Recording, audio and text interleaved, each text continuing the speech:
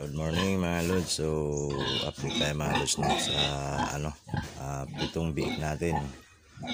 So, may nagtatay tayo yung biik ko dyan mga lods. Yung isa dyan ay nagtatay. So ito siya mga lods, nagtatay yan kagabi. Siguro napadami yung kain niya kasi wala naman, di naman basa yung kulungan nila kasi nga doon lang sila banda yung ibinabasa ko. Dito banda is diyan, di pa yan nabasa mula nung malit sila. So, tendency nun is na siguro na parami yung kain niya. So, di ko pa na-check kanina kung nagtatay pa siya, pero wala namang bakas na nagtatay kasi nga yung diskarte ko pag nagtatay, may nagtatay ng mga biik ko yan, tulad niyan kagabi nagtatay yan, basang basa yung tayo niya kagabi.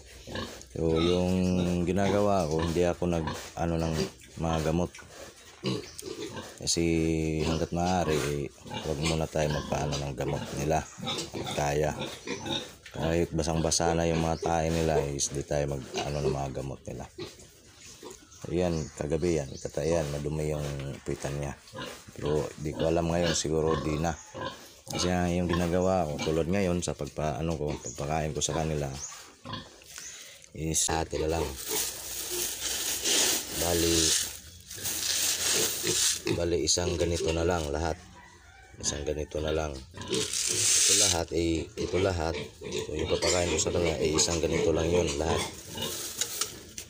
Kunti na lang kumpara nung kahapon at mga nakarang mga araw ay dalawang talaga, 1 kilo talaga yung pinapakain ko kasi kalating kilo to yung laman nito, kalating kilo, 1 kilo yung pinapakain ko. So ngayon kasi may nagtatae, so nagbabawas ako, so kalating kilo na lang, so isang ganito na lang para di mapasobre yung kain nila lahat, saka para gumaling yung isa at wala na magtatay. So hanggat maaari di ako nabibigay ng ng gamot nila hanggat kaya kasi nga okay naman kung may gamot, pero baka masanay sila sa mga gamot. So yun lang yung pinapakain ko sa kanila, budget muna. Pero kahit ganun lang yung pinapakain ko sa kanila is every 3 hours nagbibigay ako ng mga yung pakain nila. Hindi naman para di marami, so pakunti-kunti lang kasi yung isa yun yung nagtatay kagabi, yung malaki pa naman, sayang. Pero di ako nababahala kasi nga kaya naman yan i-resolve.